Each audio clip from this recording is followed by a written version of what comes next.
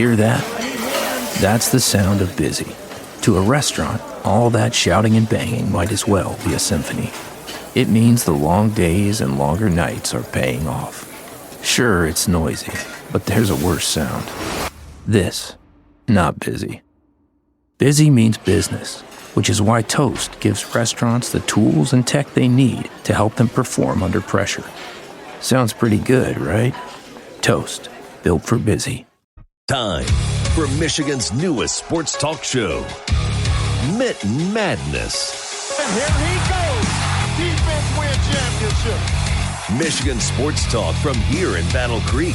The latest stories, the biggest games, all across the Mitten State. That's not something to play with. Streaming live and on demand on the 95.3 WBCK app. Your host, Da'Jzon Hughes. Welcome back into Mitten Madness here on 95.3 The Ticket. I'm your host, Da'Jzon Hughes, and we're getting ready to get into another hour's worth of sports here in the Mitten State. But before we do all of that, I hope all of you are doing fantastic. I am doing well on this Friday. Summer lacrosse got started for me last week. Went into a tournament last weekend down in Cincinnati. Took care of business. We didn't get a trophy. Didn't win a championship, but we did end the weekend positive. We're 3-2 on the summer season. Have another tournament coming up this weekend in Three Rivers. Super excited to get into that. I have a great group of kids this year. I was a little worried about moving down to 12U and working with younger kids after I'd only been working with high school kids before. But man, has it been a ride. It's been fun so far. They are a bubblish group who loves to have fun, lots of energy, and they work hard and they're coachable. So I can run with that any day of the week. It's going to be an exciting weekend, hanging out with my grandparents as well. Tons of sports on as well. NBA, NHL, MLB, WNBA. It's everywhere. FIFA World Cup is going on as well. We're going to dive into a bunch this episode. Obviously, we're going to start with our Tigers who, have me happy. Pleasantly surprised to see how the last week has gone for the Tigers. Ready to jump into that and talk about everything popping off inside of Comerica Park. And then we'll touch in on the FIFA World Cup, see what's happening with the UFC White House card, and then we'll touch on the NBA and NHL playoffs before getting into our picks at the end of the show, which I'm excited for you guys to continue to play along and enjoy. But now that we've gotten through the obligatory, it's time for us to take our drive on over to Comerica Park and start there where we always start when it comes to our teams. We're hitting the standings. The Tigers are still fourth in the American League Central. At the top, the White Sox, who are 36-31. The Guardians are a half game behind them at 37-33.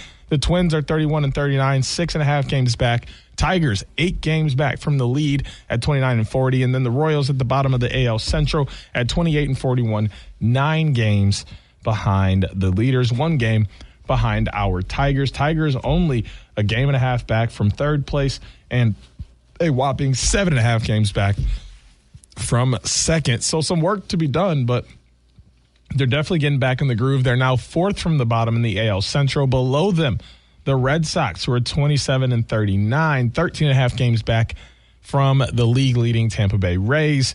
The Royals, 28-41, 14 games back. And then the Los Angeles Angels, who are 27-42, are 15 games back. Tigers are 13 games back. At the top, the Rays, 40-25. Yankees, 41-26, tied for first place. And then the White Sox in third. Guardians in fourth, and the Mariners in fifth, 6.5 games back from the lead at 36-34. White Sox are 5 games back, Guardians 5.5. Over in the NL, the Braves lead the National League at 45-23. A game and a half back are the Dodgers at 44-25. At 41-25, 3 games back are the Brewers. The Cardinals coming in fourth at 37-29, 7 games back. And rounding out the top 5 are the Philadelphia Phillies, 8 games behind the Braves at 37-31. Looking back at our Tigers, batting leaders, Riley Green still atop of the batting average category at a .301. He has an on-base percentage of .391 and a slugging percentage of .462. Home runs. The Jacks belong to Dylan Dingler, as he has 16 bombs on the year. He also leads the team in RBIs as he's batted in 49 runs. He has a batting average of .254. So he's not hitting the ball a lot, but when he does, he's hitting dingers and bringing in runs left and right. Leading the earned run average, Kiter Montero, 3.61. He's got 3 wins, 48 strikeouts on the year. Leading the wins, Brent Herter, 4 wins, 18 strikeouts, 2.84 ERA. And then you have Flaherty, 77 strikeouts to lead the team. He's only got 1 win on the year. His ERA is a 5.31. Batting, the team's bringing in 285 runs, which is 22nd in the league. Their batting average of .236 is good for 24th. Their on-base percentage of .381 is 17th. And their slugging percentage of .393 is 15th. So some of those batting statistics starting to rise, and we'll touch on why that's happening in just a moment. The earned run average on the pitching side of 3.97 is 12th. The quality starts of 25, tied for 8th. The whip of 1.28 is 13th. And their opponent batting average of .240 is 14th in the league. So pitching stats still doing very well for the Tigers, keeping them in somewhat of a contention. As before we get into anything else that's happening, the most exciting news for Tigers fans. Skubal is set to rejoin the Tigers rotation on Saturday against the Guardians. Reigning back-to-back Cy Young Award winner Tarek Skubal will return to the Detroit Tigers on Saturday to start against the Cleveland Guardians. Manager A.J. Hinch made the announcement Thursday, adding that right-hander Casey Mize could return Sunday if he completes another bullpen session later Thursday, which was yesterday. So we'll find out soon if Casey Mize will be returning as well. We're adding the best pitcher in baseball back to our mix, Hinch told reporters. It's hard to describe what that boost will be. The Tigers announced in early May that the 29-year-old ace will require arthroscopic surgery to remove loose bodies from his left elbow. The procedure, called a nanoneedle scope, took place nearly 5 weeks ago, putting Skubal's return ahead of the typical 2 to 3 months out for injury. Skubal made 1 rehab start, allowing 2 hits over 5 shutout innings for Detroit's High A affiliate, the West Michigan Whitecaps, on Sunday. Velocity was good, Skubal told reporters after the start. Execution was good. I feel like I threw a ton of strikes. I was in the zone a lot today. It was a good day. Prior to landing on the injured list, Skubal had a 3-2 record with a 2.70 ERA in 7 starts. He allowed 35 hits and 13 earned runs over 43 1/3 innings. He last pitched for the Tigers on April 29th. So that's a huge boost as he will be returning. But it's time for us to talk about what's happened with the Tigers over the last week since we last talked. When we last talked, they were just coming off of a sweep of the Tampa Bay Rays, 10-9, 8-0, and 7-2, headed into a weekend series against the Seattle Mariners. Well, let me tell you, the buzz might be back for the Tigers. They are roaring. 7-3 win Friday night against the Mariners. Then they lost 4-0 on Saturday, and they bounced back immediately and won 5-4 on Sunday, which they got a day off, and then they rolled into a series against the Twins. Twins are, well, they're a pretty decent team, but the Tigers said, hey, that's no problem for us. Another series win on the docket. 10-4 on Tuesday, 6-4 on Wednesday, and then 11-0 on Thursday, which was a huge win for the Tigers. They're starting to put things together. Since last Monday, they are 7-2. This is the Tigers team we are used to seeing, and a large part of that is due to some hitters coming back into the rotation, right? Spencer Torkelson has gotten things back going. Kevin McGonigal has been absolutely great. Colt Keith got things going with his first homer against the Twins in his career. Gleyber Torres is now back, which I said a long time ago that if Gleyber Torres was able to get back into the rotation and pick up where he left off, this team would start to put it back together, and he has helped the batting for the Tigers tremendously. He got back going, and you see Dylan Dingler still doing his thing. Riley Green is still being able to put balls into play and make it onto base. These are huge additives for the Tigers. They still don't have Javi Baez back, which will only make this situation better. Skubal making his return will make this situation better. Casey Mize could be making his return, which would also make this situation better. There's no telling when Justin Verlander will be back and how he will help the rotation. So lots of things starting to come together for the Tigers as they continue to progress before the halfway mark. But they're back in that mode we would like to see them in, which is good because they have some big series coming up, including the one this weekend. The Cleveland Guardians on the road, a 3-game series, Friday, Saturday, Sunday. This will be huge, obviously, with Skubal back on the mound, possible Mize returning on Sunday, as they have left Sunday undecided for the moment to see what's going to happen. But it's an interdivisional series. You need this series bad. You have fallen behind in the division to a substantial mark. You need to win divisional games.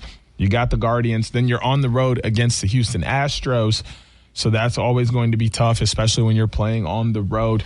If you're able to win these 2 series, you have to be feeling good going against the division leading Chicago White Sox, which is another series you have to win. The good thing is that series will be at Comerica Park. That's next Friday, Saturday, Sunday, before taking on the New York Yankees, also at Comerica Park. Some huge series. Those next 4 series are huge for the Tigers. 3 of these 4 series are American League series. Might be all of them, actually. Give me just a moment. Sometimes I get things mixed up in the American League and the National League. I do know the Yankees, White Sox, and Guardians are all American League. Oh, the Astros are as well, as they are in the American League West. So all 4 of these series are American League series. Not only do they help with league standings for the Tigers, but a couple of these, as I mentioned before, the Guardians and the White Sox are divisional series. Those are series you need to win more than the league series, but the league series helps you out as well. So lots of familiar competition coming up for the Tigers. Lots of players returning to that figure that they used to be, and lots of players just returning to the field.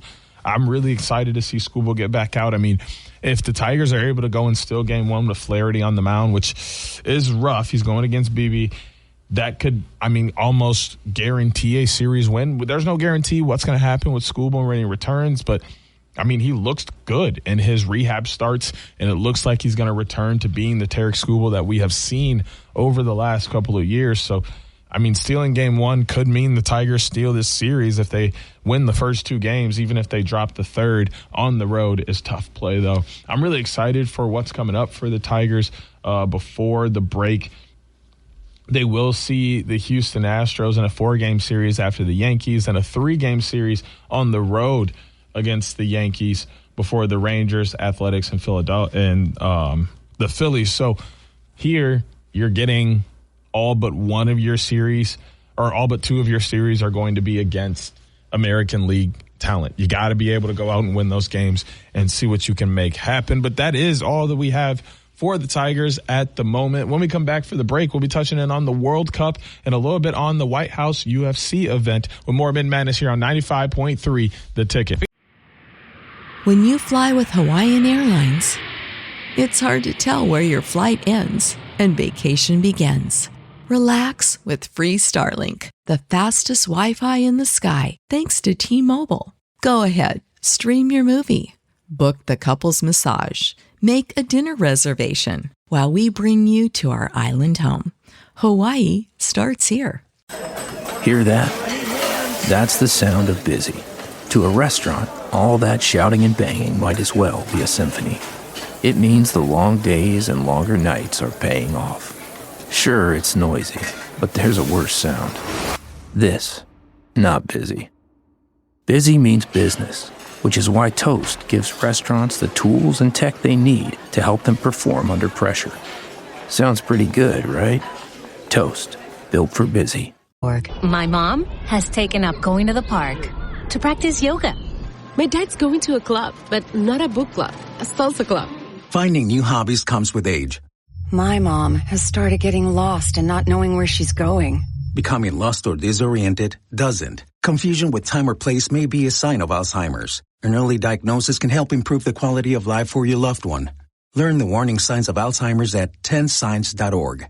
Brought to you by the Alzheimer's Association and the Ad Council. So I'm a cat, and I just moved in with this new human, and she's got this little toy she's always playing with, all day long. Tap, tap, tap, tap, bloop, bloop. She can't put it down. There it is. Oh, and get this. She even talks to it. Last week, she asked it for Chinese, and guess what? Egg rolls showed up. Like magic. Humans have cool toys. A person is the best thing to happen to a shelter pet. Be that person. Adopt. Brought to you by the Ad Council and the ShelterPetProject.org.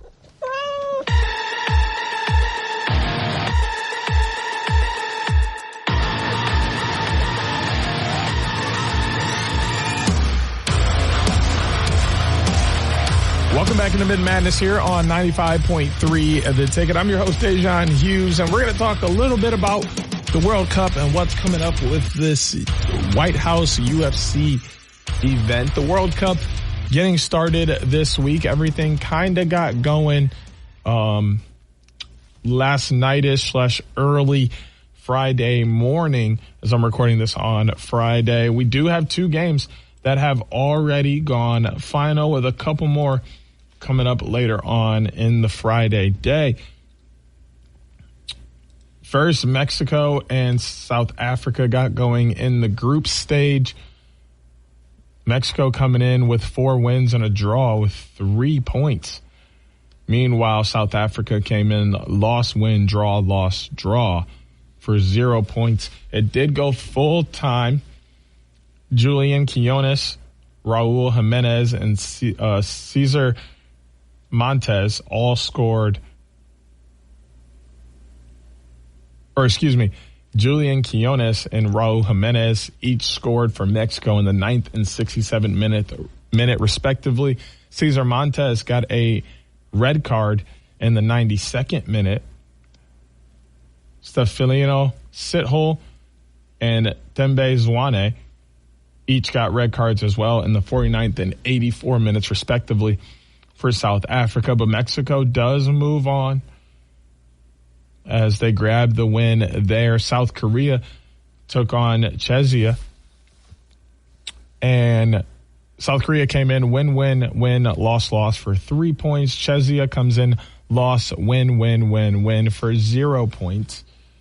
South Africa was able to win this game 2-1 as Wang In-boom and Oh Hyun-yi each scored in the 67th and 80th minute. Ladislav Krajewski scores in the 59th minute for Czechia. 2-1 final win for South Korea. Those are the only games that we have live at the moment. But when we take a look at the bracket, which hasn't quite been figured out yet because everything is still in the group stage. So we'll find out who will be making the bracket here soon. But we do have 2 more games coming up on Friday. Canada will take on Bosnia, 3 p.m. Fox. And then USA and Paraguay played at 9 p.m. USA came in loss, win, 0 points. Paraguay also comes in win, loss. The last 5 games for USA: a loss to Germany, a win over Senegal, a loss to Portugal, a loss to Belgium, and a win over Uruguay. Meanwhile, for Paraguay, they have a win over Nicaragua, a win over Greece, a win over Mexico, a loss to the United States, and a loss to Morocco. So it's going to be an interesting case. I mean, the United States did beat them back on November 15th of 2025, 2-1 in an international friendly. They are giving the United States a half-goal favorite in this game as well. So you guys will know a lot more about what happened in that game than I did, but a lot of people really have been talking about how crazy the World Cup over here has been. I mean, the players are complaining about how hot it is. They have hydration breaks. Don't even get me started on the fans that think that they can walk to all the stadiums. They think the food here is great, but they couldn't believe that we eat some of the things we eat. It's just wild how the World Cup can bring together so many cultures, and we all get to see really how things change and we get to see how things are different in different parts of the world, and we really are truly the same people that all live slightly differently. The World Cup is one of those things that just makes it absolutely fun. But we do have a chance to meet the men's national team. Matt Turner, the goalkeeper, plays for the New England Revolution. Sergino Dest plays for Netherlands, PSV Eindhoven. Chris Reynolds plays for Crystal Palace in England. Tyler Adams, Anthony Robinson, Austin Trusty, Giovanni Reina, Weston McKennie, Ricardo Pepi, Christian Pulisic, Brendan Aronson, Miles Robinson, Tim Ream, Sebastian Berhalter, Christian Roldan, Alex Freeman, Malik Tillman, Max Arfiston, Haji Wright, Florian Belugan, and Timothy Way, Mark McKenzie, Joe Scully, Matt Freese, Chris Brady. Ritz are both goalkeepers as well, and Alejandro Zendias. Those are the 26 men trying to grab a World Cup for the United States. But some other news happening in the sports world that's a little more unconventional. The full UFC Freedom 250 White House event is going to be insane. Sports from aircraft carriers to helipads, sports is no stranger to unconventional locations. And this weekend we'll see another unusual venue added to the list, the White House South Lawn. UFC Freedom 250 will, after months of planning and solving logistical puzzles, bring a UFC card to the nation's capital just under the shadow of the White House on Sunday. Unsurprisingly, the unlikely location and custom-built arena have produced some fascinating images as the venue has taken shape in Washington, D.C. Here's a look at the scene outside the White House from a variety of angles, and is literally right outside the White House, the Oval Office. It's right on the lawn, and it is insane. It's exactly what you think an outdoor UFC arena would look like, but there's a lot more that goes to it. Government response suit says UFC Freedom 250 violates no laws. The U.S. government attorneys claim the Department of Interior and the National Park Service violated no federal laws on allowing the UFC Freedom 250 card, which will be held on the south lawn of the White House, to occur this weekend on federal property. The claim comes in response to an emergency injunction application filed last weekend in District of Columbia Federal Court by the Public Integrity Project in an attempt to halt the event, which is Sunday. The lawsuit claims the DOI and the MPS violated federal law by organizing a private sporting event on public property and failing to obtain congressional approval for the UFC structures on federal land at the White House and Lincoln Memorial, and that there was no environmental review before undertaking the building of the UFC's Claw Stadium at the White House. The government disputed those claims and argued an injunction would harm the defendants and its affiliated parties because of the well over $60 million spent in tens of thousands of hours of labor expended in preparation of the event. This, the government argued, outweighs the plaintiff's harm, and any injunction is not granted. This is a desperate last-ditch attempt to attack the celebration of America's 250th birthday by people who hate fun. United States Department of Justice Senior Media Affairs Manager Natalie Balasseri wrote in an email to ESPN, the department will continue to support these patriotic events. It'll be interesting to see how this plays out, but I'm actually really excited to take a look at who's going to be on this card. So when we head on over to the Fight Center, it will be a crazy card. There's going to be two title fights as Ilya Tupora will fight against Justin Gaethje. The main card is at 8 p.m. It will be a main card only event. Alex Pereira will fight against Cyril Gane in a heavyweight title fight.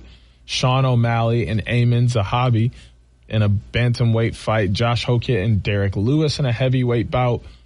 Mauricio Ruffy and Michael Chandler in a lightweight bout. Bo Nickel and Kyle Dawkins in a middleweight bout. And Diego Lopez and Steve Garcia in a featherweight bout. I do like that every single fight outside of the Alex Pereira and Cyril Gane fight have an American in them. I think it's perfect for this kind of event. That's what you're looking for. It's to celebrate the 250th anniversary of the country, preparing for, 4th of July this weekend. It is going to be a few weeks before that, but no other way to celebrate the country than to have a bunch of us fight against the rest of the world. Like I do wish, there was some moving around so that there weren't multiple Americans fighting each other, but this is going to be an extremely fun card to watch Sunday night. This June 14th, 8 p.m. Sunday night, going to be a pop-off banger right outside the Oval Office on the South Lawn. Man, sometimes I can't speak. It's crazy. I get paid to do this, right? Of the White House. And I'm sure it will be star-studded. There's going to be tons of UFC athletes there, tons of celebrities there, and tons of high-profile people who are going to be in attendance to watch and celebrate what is a first-of-a-kind thing. So I'm really excited for that. But, there isn't a ton to really talk about in the sports world at the moment. That's kind of what sucks. There isn't a lot going on during this time of year. The Tigers being back, exciting, is fun, but kind of running out of topics and just pulling things out of thin air to make sure that we have enough for the people here.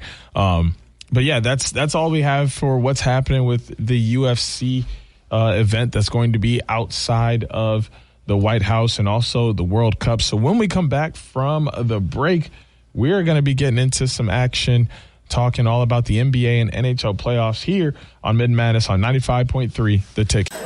Hear that? That's the sound of busy. To a restaurant, all that shouting and banging might as well be a symphony.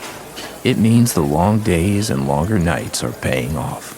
Sure, it's noisy, but there's a worse sound. This, not busy. Busy means business, which is why Toast gives restaurants the tools and tech they need to help them perform under pressure. Sounds pretty good, right? Toast, built for busy. Today on the pod, we're talking to Joan, a method actor and Scratchers enthusiast. So, Joan, what do you like about playing Scratchers? Well, as a method actor, it's about becoming the ticket. Scratching up, down, stage left, stage right. So what's your motivation? Because your performance feels so real. Oh, I was just tapping into my inner Scratchers. Incredible. Yes. Bravo me. Scratchers from the California Lottery. A little play can make your day. Please play responsibly. Must be 18 years or older to purchase player claim. Carter Osterhaus here for the Council for Responsible Energy. I want to share a few quick, simple, and inexpensive tips that will not only reduce your home's energy use, but will also save you money on your utility bills. As you switch from heating to cooling, why not opt for a new programmable thermostat that will virtually pay for itself? This is one of the easiest things you can do to really see some significant savings. You can save about $180 a year by properly setting the programmable thermostat. Weather stripping can also significantly lower your bills. You just peel the backing off and seal up any leaks in drafty doors and windows. It only takes a few minutes, but you definitely notice a difference in both the temperature in the house and also your bills. And my last tip, check your home's insulation. Proper insulation in your attic, ceilings, floors, crawl spaces, exterior and basement walls can save you 30% on home energy bills. It's a little bit more work for you, but your wallet will definitely thank you. A message from the Council for Responsible Energy.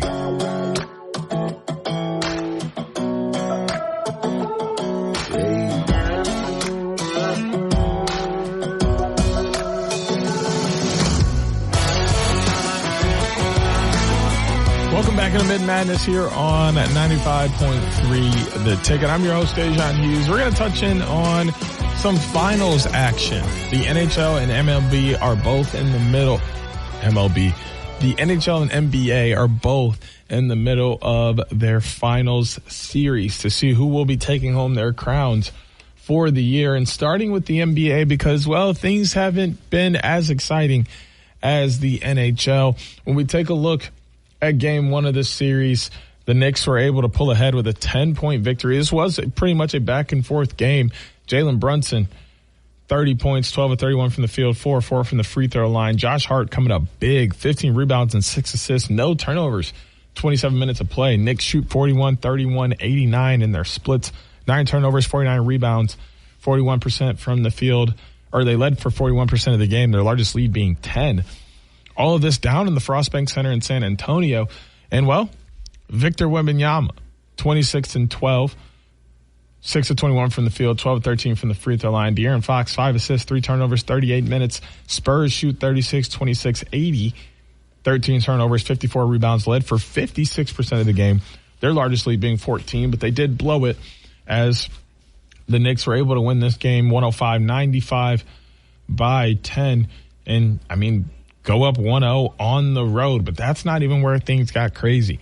Game 2 was even crazier because Karl Anthony Towns goes for 21 and 13, 8 of 12, 2 for 2 from the free throw line. Mikal Bridges, 6 assists, 1 turnover, 41 minutes of play. 42, 39, 76 for the Knicks, 15 turnovers, 44 rebounds. They led for 50% of the game, largest lead being 14. Meanwhile, for the Spurs, it's still Wemby being Wemby. 29 points, 9 rebounds, 11 of 21 from the field, 5 of 8 from the free throw line, 5 assists, 4 turnovers, 34 minutes of play for De'Aaron Fox. 47, 38, 70 for the Spurs, 16 turnovers, 42 rebounds, led for 47% of the game. Their largest lead being 12. But once again, the Knicks escape with a 105-104 victory as Wemby missed a game-winning jump shot at the end of this game as the Knicks took a 2-0 series lead. This series is just about over, right? Well, kinda.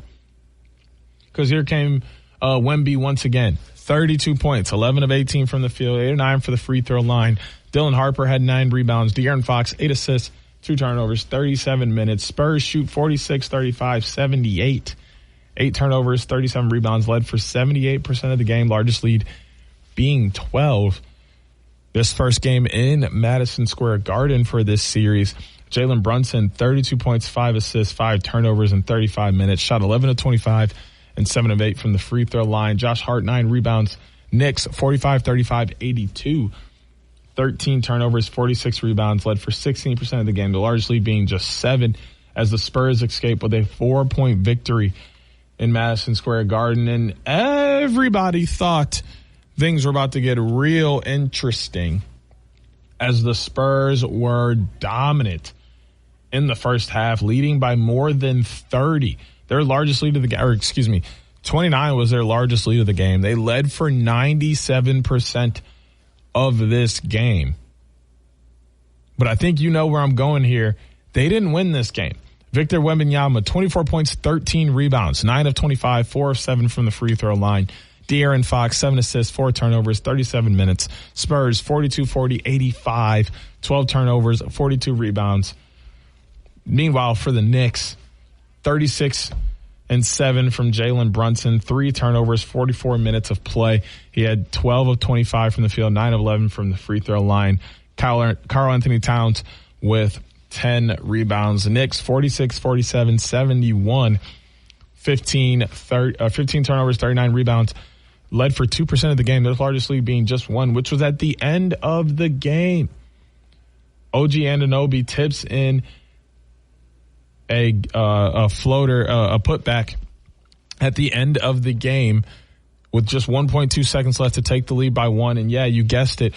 That's how they win, because on the other end, Karl Anthony Towns able to tip the inbound pass from Dylan Harper, and it falls out of the hands of De'Aaron Fox or Stephon Castle, who had it by the rim. He couldn't gather and finish, and that ended the game. A lot of questionable decisions were made in this game.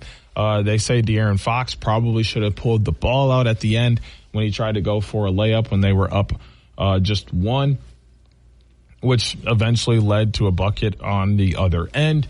Many people are saying OG Anunoby didn't actually block De'Aaron Fox and fouled him, not only with the hand on his back, not only with the body, but then following through and getting a piece of his arm and not the ball. So there's a lot of questions around how that game ended. But one thing we cannot question is the fact that the Knicks won this game and they now lead this series 3-1 going back to San Antonio for Game 5, which I will not talk a ton about because that's coming up in our picks in the next segment. So I'm going to jump over to the Stanley Cup final, which is a far different scenario.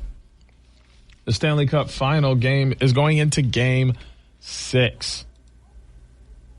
Stanley Cup Finals going into Game 6, a totally different scenario here for them. Looking back at Game 1, after the first period, the Hurricanes led 2-1, and then it was a tie game after 2. It was 3-3, and then Vegas able to take advantage in the third period, score 2, and hold Carolina to 1. They win that game 5-4. Nikolaj Ehlers had 2 goals in this game. Jordan Staal picked up a goal, and Shane Gostabere also had a goal. Meanwhile, for Vegas Knights, Shea Theodore, Ivan Barbashev, William Karlsson, Brett Howden, and Thomas Hertl, all with goals in this game. Game 2 goes to overtime. Vegas up by 1 after 1, up by 2 after 2. They score 1 in the third, but Carolina scores 3 in the third and then cashes in overtime as well to take the 4-3 victory. Brett Howden had 2 goals, Max Stone 1 goal for the Golden Knights.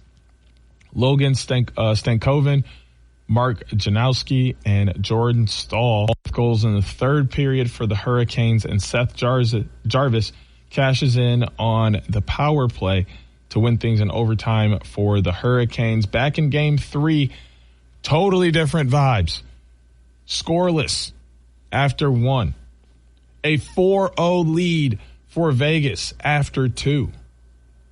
And then Carolina comes back and ties it at 4 after 3.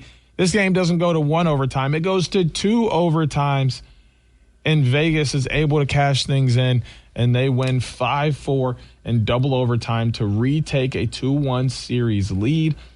Thomas Hertl, Mitch Marner had 3 goals in this game, and Shea Theodore also all cashed in for the Golden Knights. For the Hurricanes, Jordan Martinook, Taylor Hall, Jordan Staal, and Andrei Sveshkinov all cashed in the third period, making this one of the more exciting Stanley Cup Finals games we have seen over the last couple of years, let alone just this season. Game 4 came about, and the Hurricanes said, hey, we got something to say about that. They came out swinging in the first period. They were up 3-1 after 1. Then this game was tied going into the third period because after 2, Vegas cashed in 2 in the second. It was 3-3, and going into the third period, at the end, Carolina cashes in 2 in the final frame. They win this game 5-3 to tie things back up at 2. Game 5 was just Thursday night, and the Hurricanes handled business at home. It was tied at 1 after 1. Hurricanes popped in 2 during the second period. It's 3-1 Hurricanes after 2, and then they each score 1 apiece in the third. Hurricanes win 4-2. Pavel Dorofeyev scores twice for Vegas.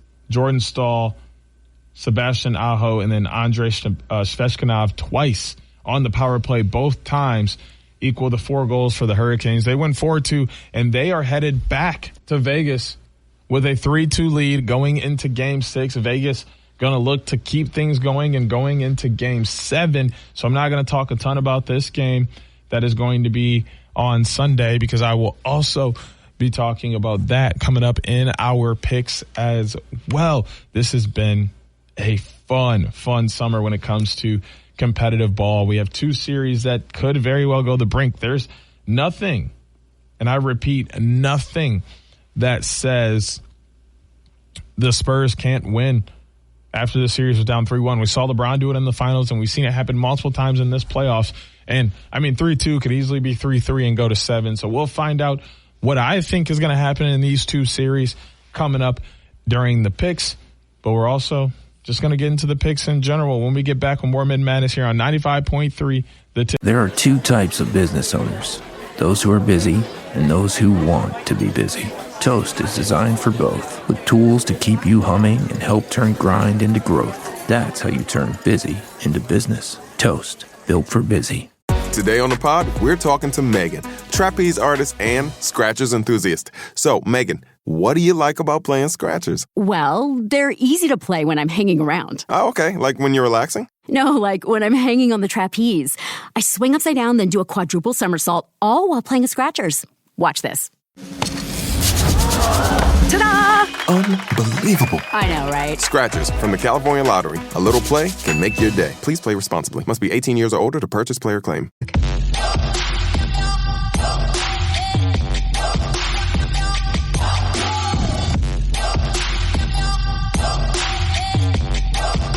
Welcome back into Mitten Madness here on 95.3 The Ticket. I'm your host, Da'Jzon Hughes, and it's time for us to get into my favorite part of the show, the picks. Chance for me to show off a little bit of my ball knowledge and how much I know about sports and what's happening around all of different sports realms that we keep an eye on. And the cool thing is you're allowed to play along any time you would like.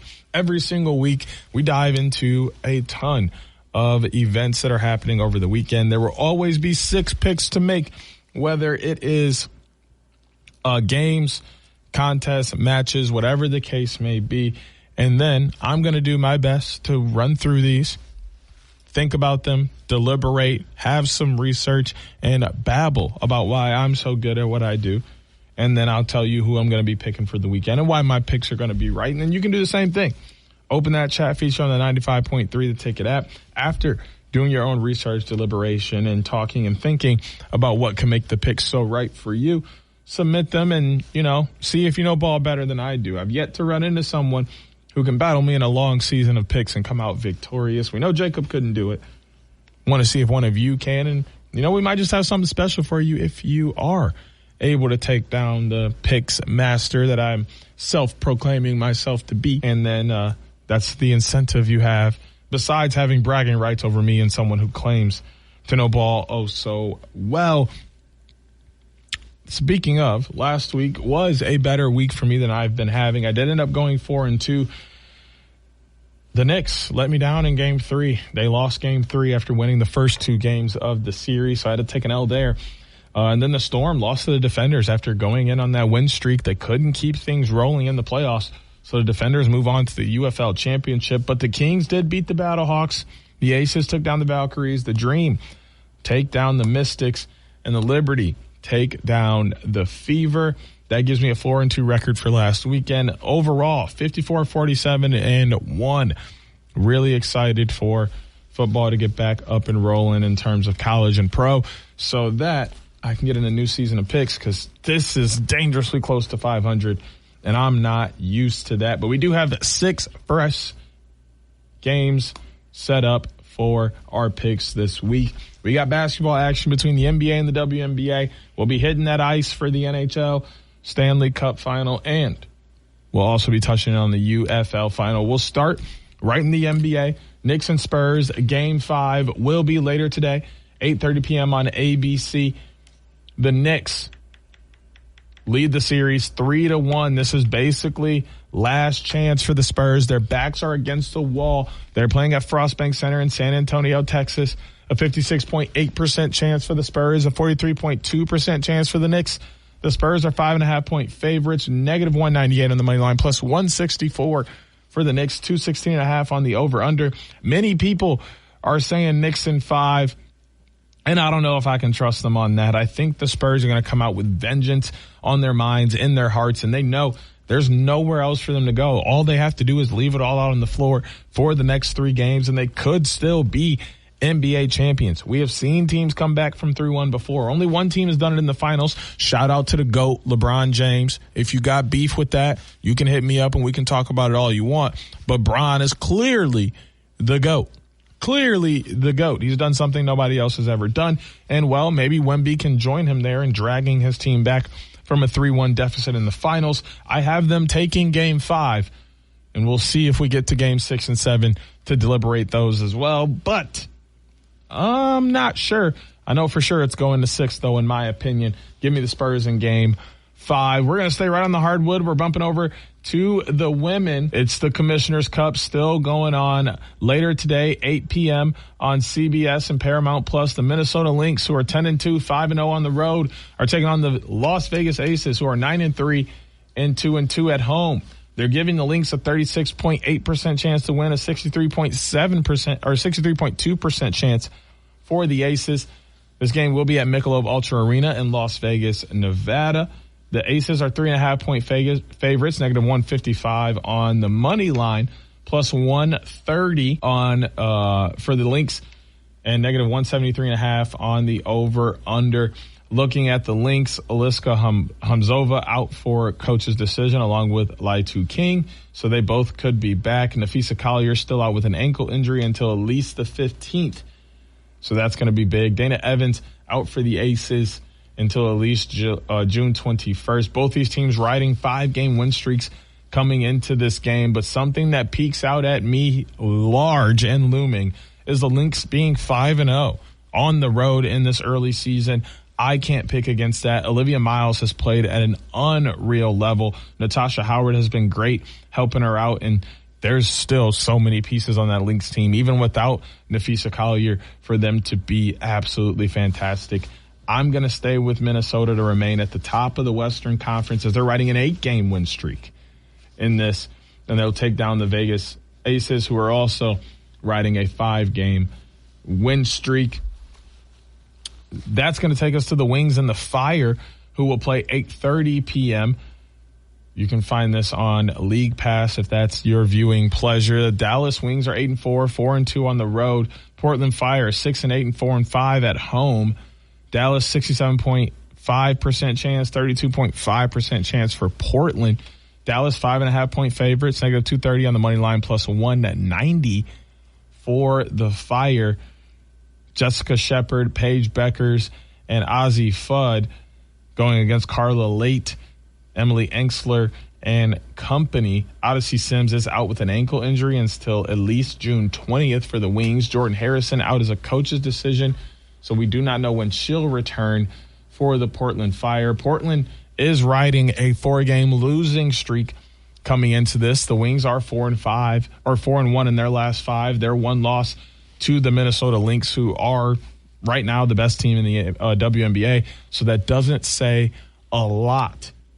The Fire did just get dominated by the Aces, which could be tough to bounce back from. As much as I would like to pick the Fire to kind of end their drought against a somewhat struggling Dallas Wings team, with the talent that the Wings have on the offensive end and really just all over the floor, it's going to be hard for them to battle, even though this is going to be a home game at the Moda Center for the Fire. I have the Wings flying away with a victory over the Portland Fire. That's going to get us into our last WNBA game of the week. The Atlanta Dream, who are also 8-4 and 4-2 on the road, will be taking on the Toronto Tempo. This game can also be found on WNBA League Pass. This will be Sunday, 3 p.m.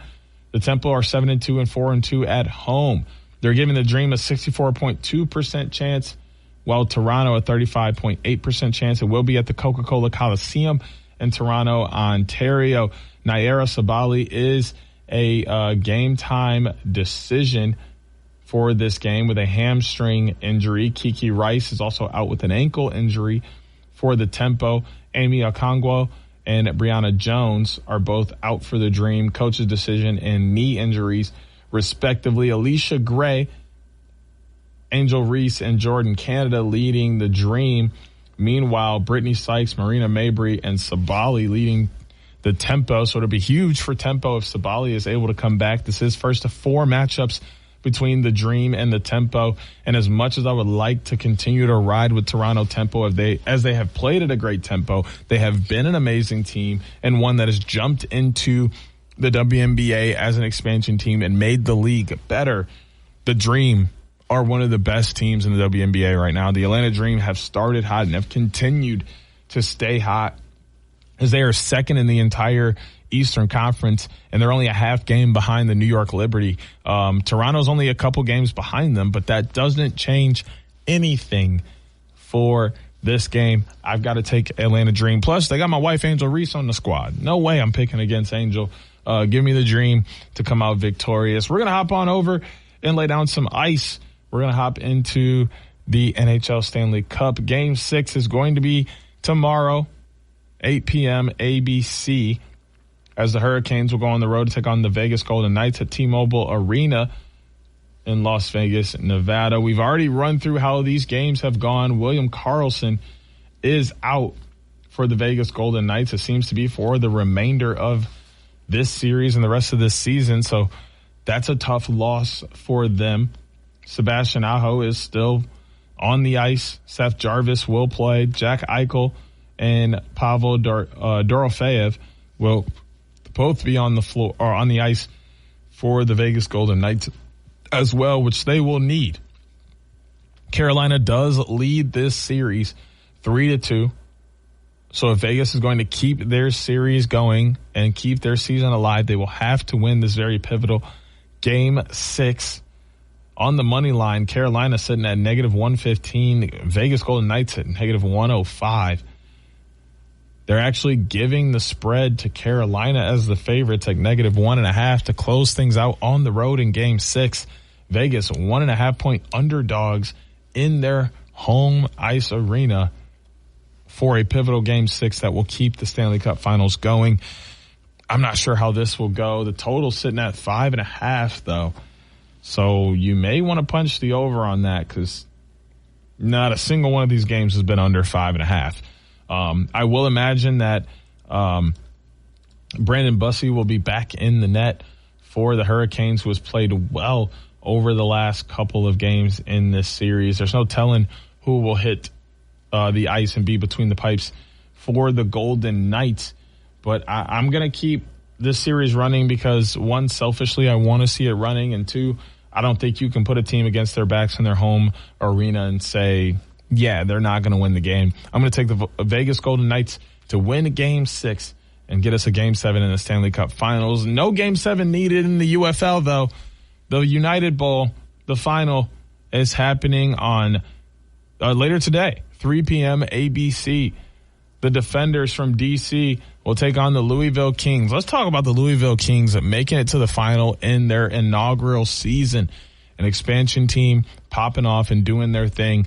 Louisville Kings 6-4 on the season, taking on the 5-5 D.C. Defenders in the championship game. They have D.C. as 1.5-point favorites, 49.5 on the over-under, and I'm not going with the favorite, even though D.C. just picked up a huge upset victory over the Orlando Storm last week and were able to find themselves here. The Kings are on a 5-game winning streak, and y'all know I don't go against trends. Give me the Kings to win the UFL championship. I have the Spurs, Wings, Lynx, Dream, Vegas Golden Knights, and the Louisville Kings to all win their games this weekend. Don't forget to continue to check out your Tigers action here on 95.3 The Ticket, as we have plenty of games playing all summer long. We'll be back next week with more sports action happening in Mitten Madness here on 95.3 The Ticket. Join Da'Jzon Hughes every Saturday morning at 10 a.m. for Mitten Madness on 95.3 WBCK. Miss the show or want to run it back? Stream Mitten Madness on demand on the WBCK app. Sponsored by AirwayCashForJunkCars.com. Hear that? That's the sound of busy. To a restaurant, all that shouting and banging might as well be a symphony. It means the long days and longer nights are paying off. Sure, it's noisy, but there's a worse sound. This, not busy. Busy means business, which is why Toast gives restaurants the tools and tech they need to help them perform under pressure. Sounds pretty good, right? Toast, built for busy. Today on the pod, we're talking to Megan, trapeze artist and Scratchers enthusiast. So, Megan, what do you like about playing Scratchers? Well, they're easy to play when I'm hanging around. Oh, okay. Like when you're relaxing? No, like when I'm hanging on the trapeze. I swing upside down, then do a quadruple somersault, all while playing Scratchers. Watch this. Ta-da! Unbelievable. I know, right? Scratchers from the California Lottery. A little play can make your day. Please play responsibly. Must be 18 years or older to purchase player claim.